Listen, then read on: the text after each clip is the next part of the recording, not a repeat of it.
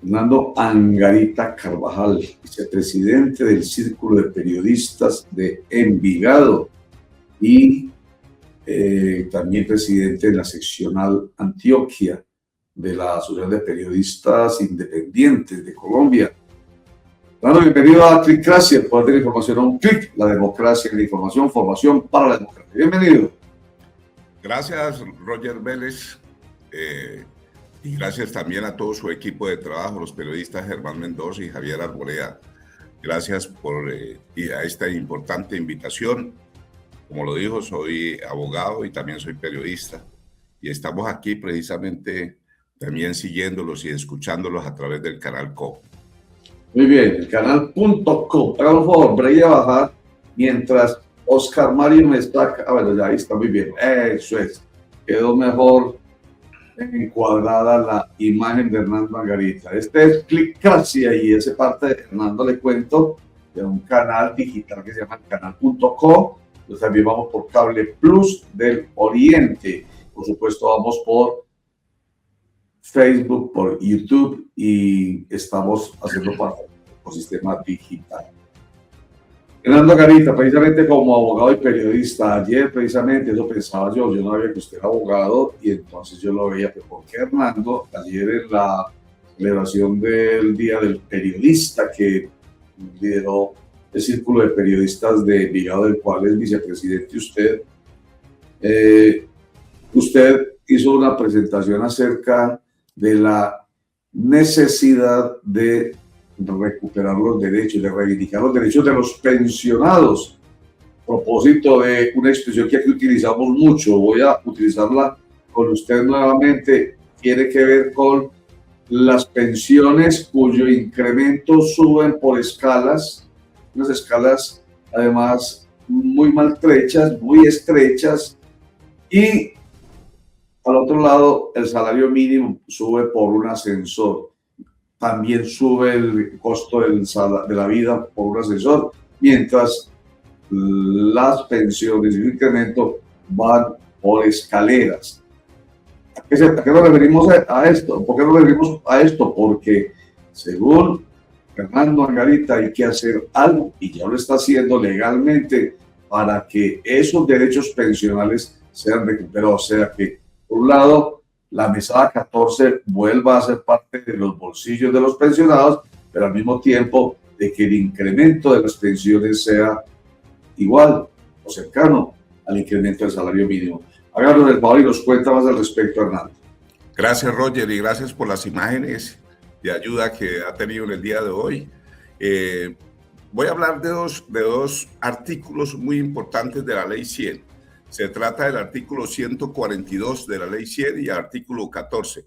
El primero dice que en Colombia el conjunto con normas reglamentarias establece una mesada adicional a la que llamó mesada 14 para que los pensionados por jubilación, invalidez, vejez y sobrevivientes inicialmente recibieran una mesada adicional, la mesada 14, que se pagaría en junio de cada año.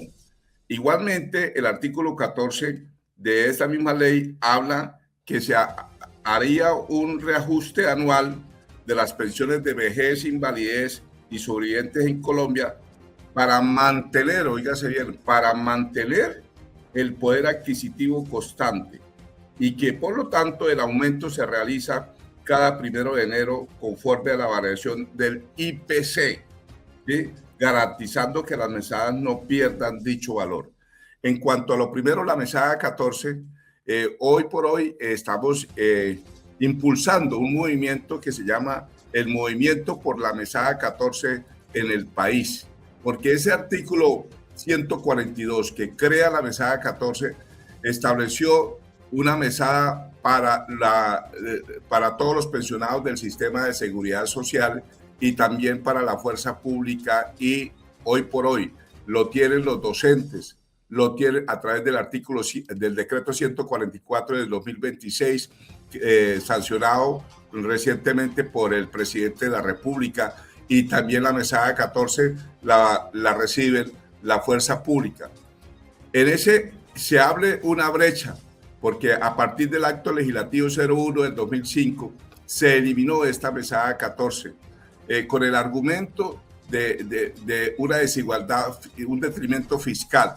Pero sin embargo nos preguntamos hoy por hoy, ¿por qué si la mesada 14 la poseen los docentes y la poseen los miembros de la fuerza pública, y aquellos a los cuales se quería beneficiar, como quienes reciben la pensión a través de Colpensiones hoy por hoy y de la UGPP o Cajanal? Ahí nace una desigualdad totalmente estructural porque a unos se les dio una mesada como un privilegio, ¿sí? Y a otros se les arrebató y se les quitó. Por eso estamos impulsando el movimiento nacional por la mesada 14. En cuanto al artículo 14 de dicha ley, se estableció un aumento del 14%. Un aumento de acuerdo al aumento del IPC, pero vemos que el año pasado el gobierno profirió un decreto aumentando el salario mínimo en un porcentaje del 23%, mientras que el aumento del IPC fue del 5,1%, estableciéndose de esta manera una desigualdad del 17,9%, una brecha que afecta enormemente el bolsillo de los pensionados, y las afecta porque se reduce sustancialmente, una pérdida progresiva de ese poder adquisitivo, una reducción del estatus económico real, y a su vez afecta la afectación del mínimo vital, constituyéndose en una flagrante violación a los principios constitucionales de igualdad del artículo 13 de la Seguridad Social, del artículo 48 y del artículo 43. Para ellos hemos iniciado una serie de acciones contra el gobierno nacional.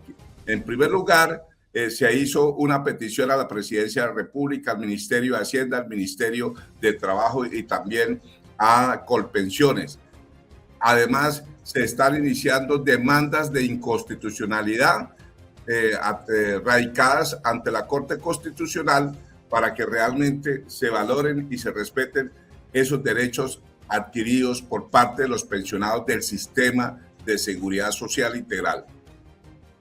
Bueno, ¿y qué respuesta ha habido? Porque el argumento es absolutamente claro. La justificación es absolutamente transparente. ¿Qué respuesta ha habido a esas peticiones y solicitudes que han hecho ustedes, Hernando? Bueno, la verdad es que, por ejemplo, la respuesta de la Presidencia se la transmitió al Ministerio de Hacienda, al Ministerio de Trabajo, pero no hemos obtenido una respuesta coherente, una respuesta que resuelva nuestra solicitud de manera real y efectiva.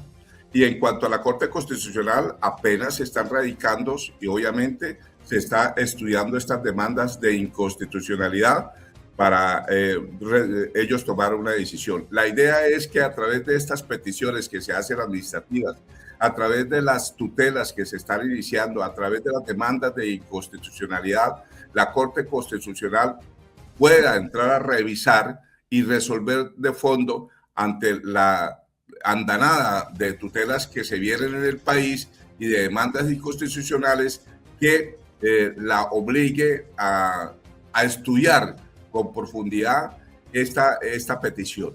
De hecho, también tenemos la estrategia, si es necesario, acudir ante la Comisión Interamericana de Derechos Humanos para poder, de una y otra manera, hacer que se estudie esta petición ante las autoridades nacionales. Hernando, este es un esfuerzo que está haciendo Hernando Angarita Carvajal solito, o tiene un apoyo. ¿Siente usted que realmente está acompañado? ¿O es una golondrina intentando hacer verano? Exactamente, yo me quedo con la última, una golondrina que quiere hacer verano, pero que he encontrado un eco muy importante en los pensionados de Colombia, porque de hecho ya han sido varias las tutelas que se han radicado. Los asesoro, cojo y agarro a cada uno, los asesoro en cada actuación, tanto de acciones de tutela como de demandas de inconstitucionalidad, para que lleguen a donde tienen que llegar y despertar el interés, como ya lo dije, para que se nos repare este derecho que unos tienen y otros tienen, haciendo, digamos, un eco a la desigualdad que se vive en el país en estos momentos. No podemos hablar de que el sostenimiento financiero que lo afecta, por qué a unos se le reconoce y a otros no. Ahí hay una desigualdad enorme.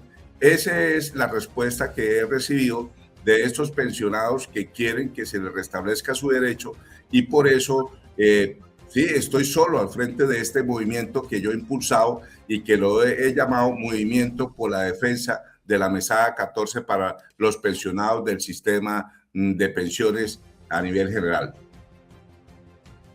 Bueno, no solo, ya nos tiene a nosotros, Hernando Angarita, no solamente aquí en Clickracia del canal.co, sino en Sinergia Informativa.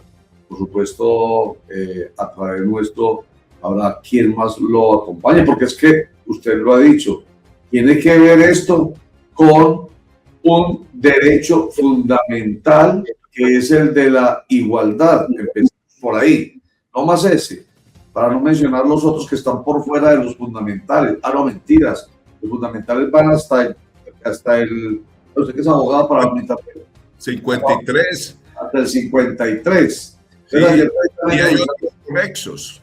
Señor. Y hay otros artículos conexos de la Constitución que amparan estos derechos, el de la igualdad, 13, 48, seguridad social, 53, igualdad, favorabilidad. Claro, el de la 53 que tiene que ver el Código Sustantivo del Trabajo. Y ahí fue cuando yo ayer en la exposición dije, pero ¿por qué una tutela si el 53 está por fuera de los fundamentales? Pero usted lo ha planteado, es de los conexos. Además tiene que ver, el 53 lo tratábamos en estos días.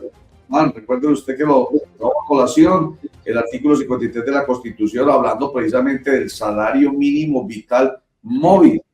Entonces hablábamos de él y que se ha reivindicado en este gobierno, generando obviamente toda clase de reacciones a propósito de la polarización política, pero finalmente una gran entidad, un gran gremio como la ANDI, a través de Bruce McMaster, dijo, hombre, ahí no hay nada que hacer, hay que trabajar con ese 23.7%, reconociendo ese artículo 53 y ese comentario clarísimo, esa apreciación clarísima que hace ese artículo, que es el de salario mínimo vital inmóvil como derecho adquirido. Entonces, por conexidades que usted dice, que ese 53 aplica una tutela.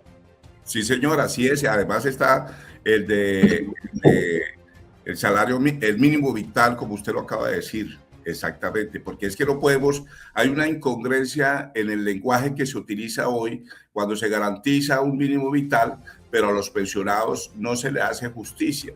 Hay una desigualdad enorme, no se contribuye para nada en ese lenguaje de garantizar realmente unos ingresos que otros tienen, pero que a otros se les quitó y se les arrebató. No importa el gobierno que lo haya quitado.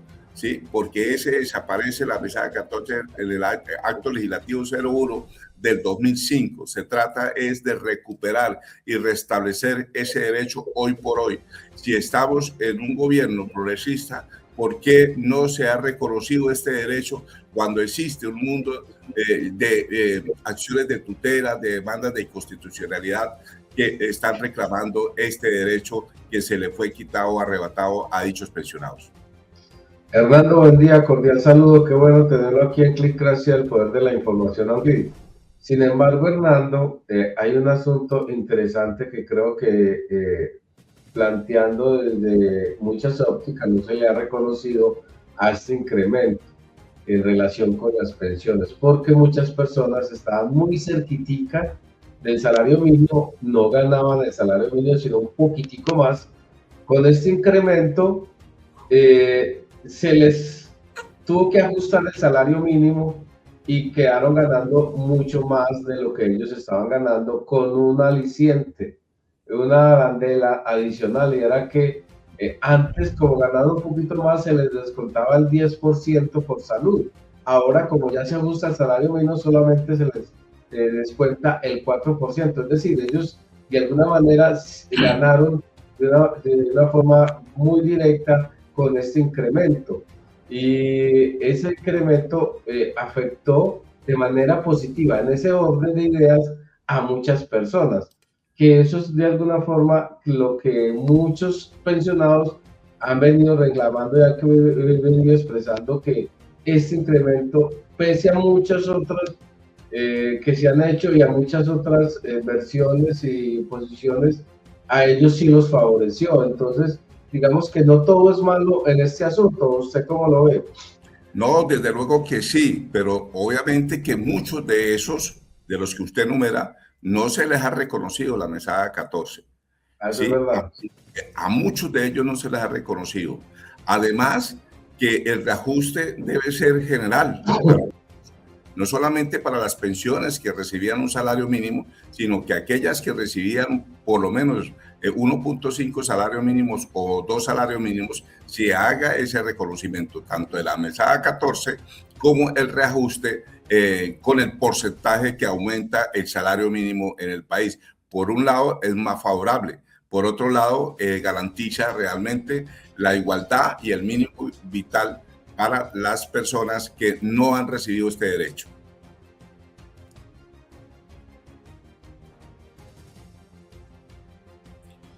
Estamos hablando de Fernando Angarita Carvajal. Oiga, mesada 14, vamos a recordar lo que es la mesada 14. Esto tiene que ver con los 12 meses del día, ¿cierto? Uno recibe un salario de enero a diciembre, pero hay una mesada 13, que es la de diciembre, que es un mes más reconocido.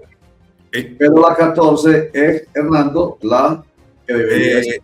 Inicialmente se reconocieron los 12 mesadas normales y la mesada 13 que se paga en el mes de diciembre. Cuando se crea con la ley, el artículo 142, hablamos de la mesada adicional o la mesada 14, esta se paga en el mes de junio. La mesada 14 debe pagarse en el mes de junio, o se está pagando para quienes la están recibiendo o percibiendo en el mes de junio, mientras que la mesada 13 se recibe en el mes de diciembre con su mesada correspondiente del mes de diciembre. Se trata pues de que realmente haya un nivel frente a la pérdida del poder adquisitivo que hay en el país para garantizar ese mínimo vital a las personas que están pensionadas y que no han recibido ni la mesada 14 ni el incremento con el porcentaje del salario mínimo. Bien, porque se reconoce y se hace justicia para quienes de una u otra manera han recibido o perciben el salario mínimo y ha habido un pequeño reajuste.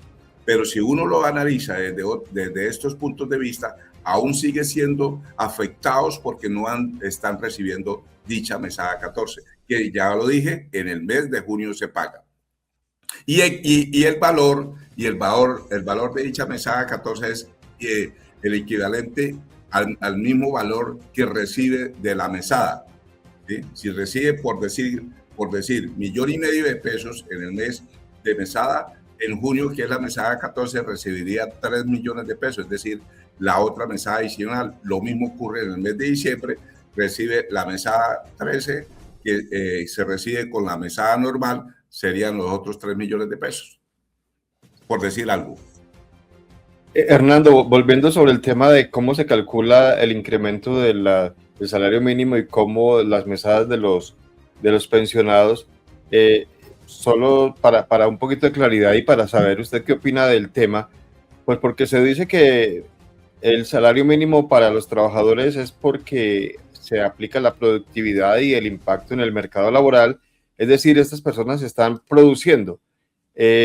Además, no afecta, por ejemplo, el tema pensional porque al contrario están cotizando, están ingresando aportes al sistema pensional, mientras que los pensionados no. Y se calcula de otra manera porque ya están por fuera del mercado laboral y antes, entre comillas, podríamos decir, le cuestan al sistema pensional porque siguen recibiendo el beneficio. Además, pues lo que se explica es que eso generaría un impacto fiscal altísimo si se llegara a subir la mesada de acuerdo al salario mínimo. ¿Usted qué piensa de estas explicaciones?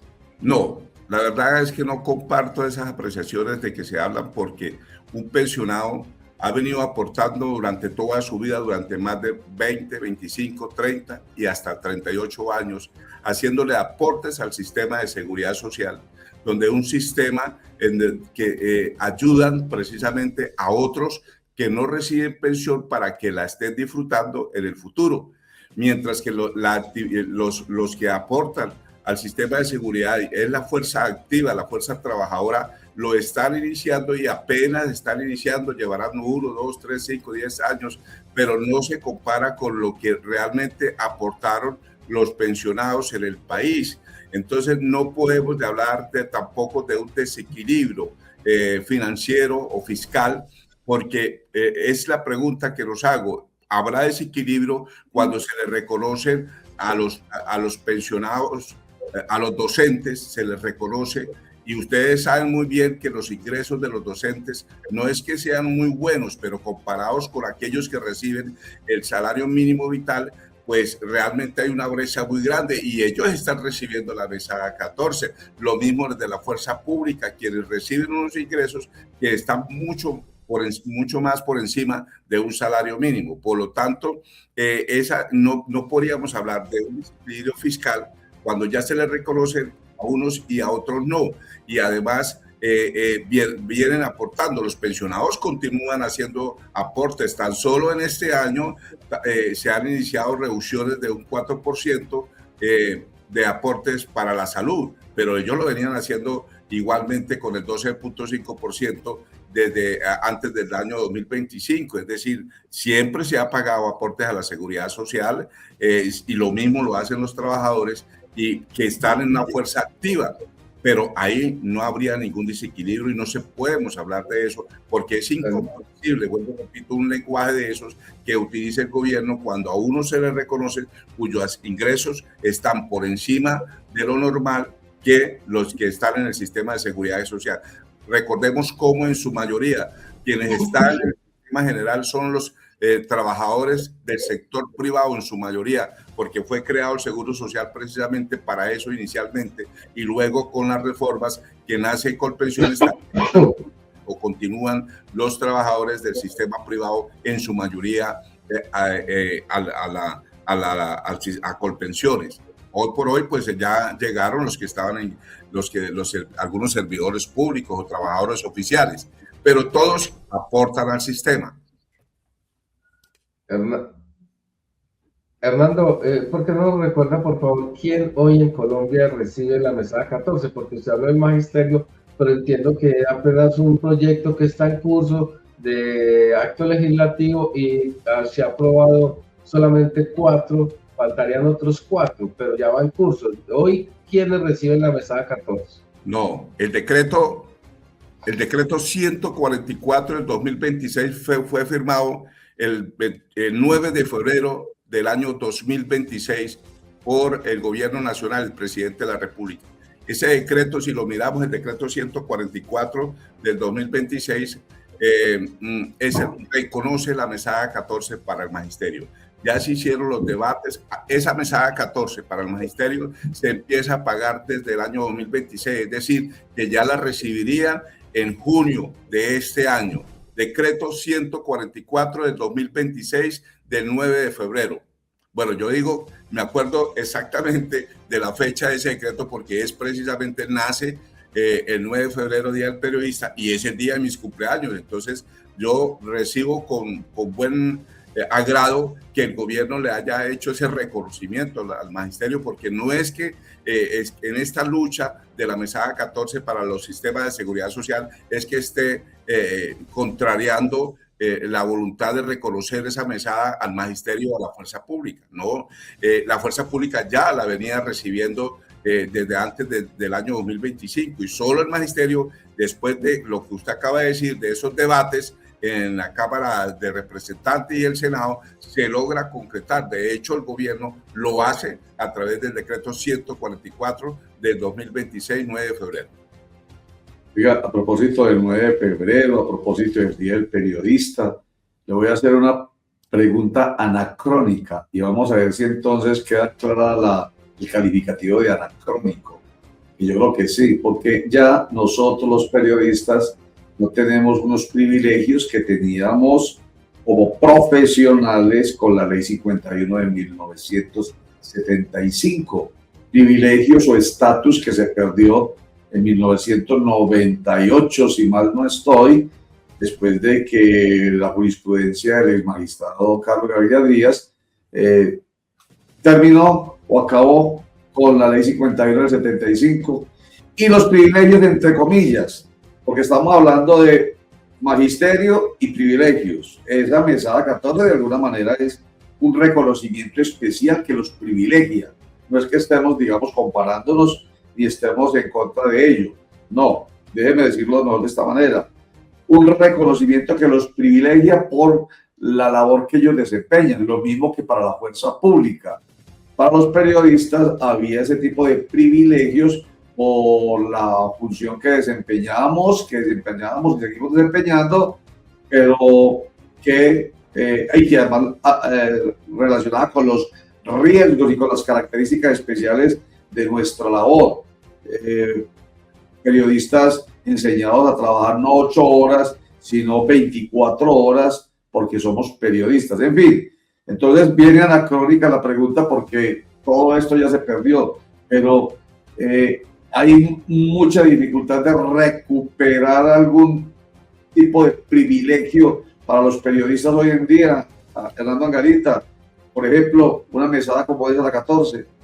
Mire, Roger, ese análisis que usted hace, bueno, discrepo en la expresión suya que dice que privilegios. Para mí no debe ser un privilegio, sino un reconocimiento de justicia para los periodistas, porque con el Acuerdo 049 de 1990, antes de que naciera la Ley 100 de 1993, se reconocía una pensión especial para los periodistas. Entre esos, fueron muy pocas las pensiones a las cuales logré sacar o que se reconocieran bajo esa favorabilidad, porque fueron muchísimas las trabas, las exigencias que la norma o el Seguro Social entonces, hoy y Colpensiones, exigían para que los periodistas se pudiesen pensionar bajo esa ley especial del Acuerdo 049 del 90.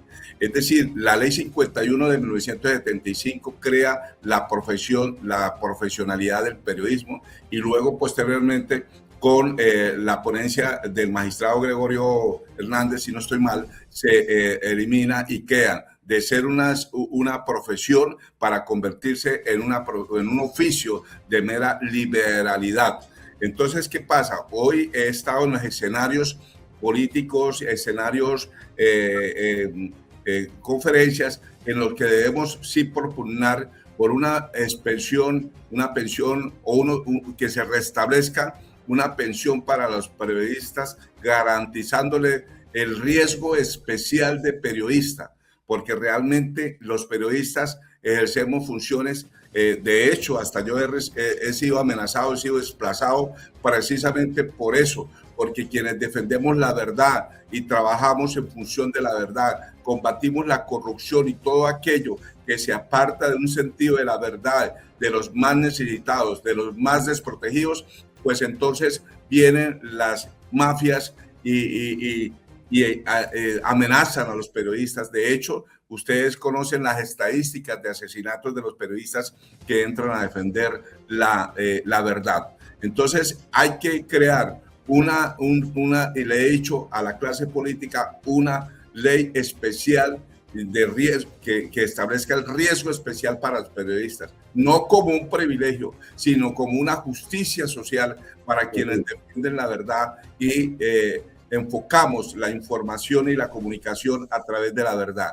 Entonces hay que pensar en un riesgo especial para los periodistas, desde luego que se crean no unos privilegios, sino unas bonificaciones o reconocimientos que la ley los puede establecer a través de un acto legislativo. Se puede restablecer. No hablemos de restablecer un régimen especial, pero sí habrá un riesgo especial que se puede crear a favor de los periodistas y reconocerle realmente unos derechos que han sido olvidados por los gobiernos de turno. Esa es la verdad. Hermano, mire usted, Usted dice, esto hay que agradecérselo a la ley 100 del 93, ¿no? Sí, señor, es correcto lo que dice Hernando, se derogó ese beneficio especial por el riesgo, por las dificultades que implicaba realizar la profesión de periodista, pero llegó la ley 100 que cambió todo el sistema El y panorama.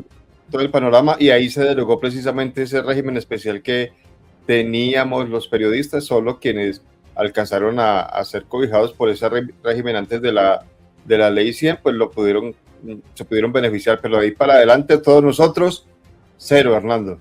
Sí, así es. Se derogó esa pensión especial, que era un beneficio enorme para los periodistas. Entre otras cosas, podemos decir que en Colombia los que se pensionaron bajo esa normatividad se pueden contar con los dedos de la mano, porque fueron muy pocas las exigencias que pedían los fondos, los fondos de pensiones, a la Colpensiones y todos los demás que reconocían estas pensiones, pusieron muchos límites, pero afortunadamente algunos periodistas lograron demostrar ese beneficio y otros tuvieron que irse a la ley general para poderse pensionar. Pero esa reducción de mesadas que establecía la ley muchas veces no fueron tenidas en cuenta. Todo beneficio, no solamente la ley 100 de 1993, sino al acto legislativo 01 del 2005, que acabó esos beneficios. Realmente fue una ruptura enorme y digamos, tal vez, digámoslo así, un daño que se le hizo a los periodistas en el país. Pero no había una justicia que hay que reconocer. Por eso yo lo estoy haciendo a través de estos foros políticos, porque hay que sensibilizar a los políticos para que realmente necesitamos 10 políticos que nos ayuden a presentar un acto legislativo, porque la única manera de poder restablecer estos derechos y estos beneficios es a través de un acto legislativo. Yo incluso me he ofrecido, porque ya tengo incluso ponencias para presentárselas a la clase política, presentarles los proyectos de ley que realmente se discutan y beneficien a los periodistas en el país. Estamos trabajando por esa situación y esperamos que algún día seamos escuchados, seamos oídos en el Congreso de la República y en el gobierno nacional, sea el que esté. Bueno, Hernando, háganos llegar por favor la propuesta, el proyecto, para nosotros aprovechar estos días. Estamos a 25 de febrero, 3 días más de son 3 más 8, 11 días para las elecciones legislativas, para empezar a hablar con los candidatos a Senado y Cámara. Decirle, ¿usted qué piensa de esto? ¿Qué piensa de esto?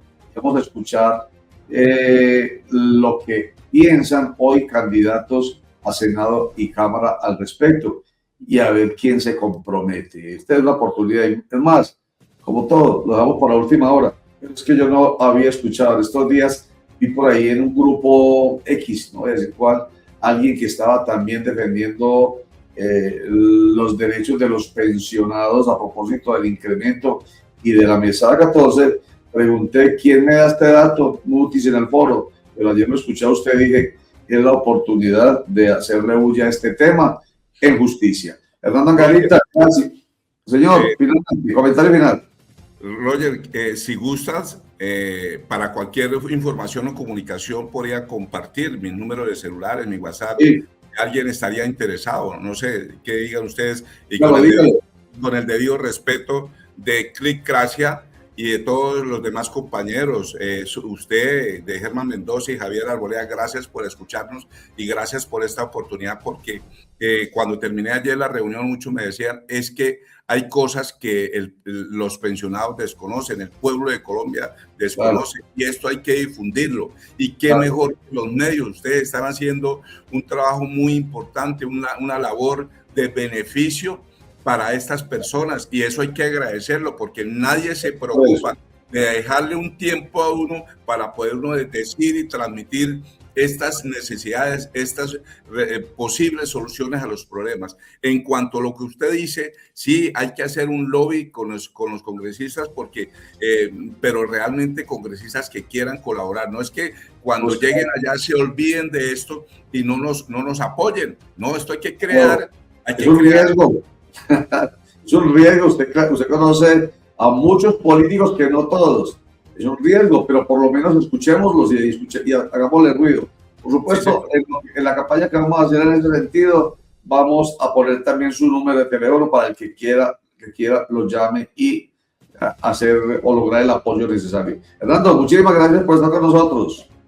A usted, Roger Vélez Castaño, y a los periodistas también Germán Mendoza, Javier Arboleda, por la oportunidad que me regalan el día de hoy a través de Clickracia, y esperamos volver a encontrarnos. Dios les pague, Dios me los bendiga y sigamos así, trabajando en beneficio de quienes más lo necesitan.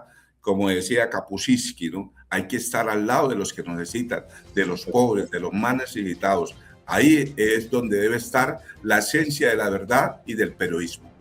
Sí, señor. Ahí estamos nosotros absolutamente convencidos de que la información y el análisis que hemos venido haciendo en torno a este tema, pensando en el interés general del bienestar de muchísima gente, de eso se trata, de servir.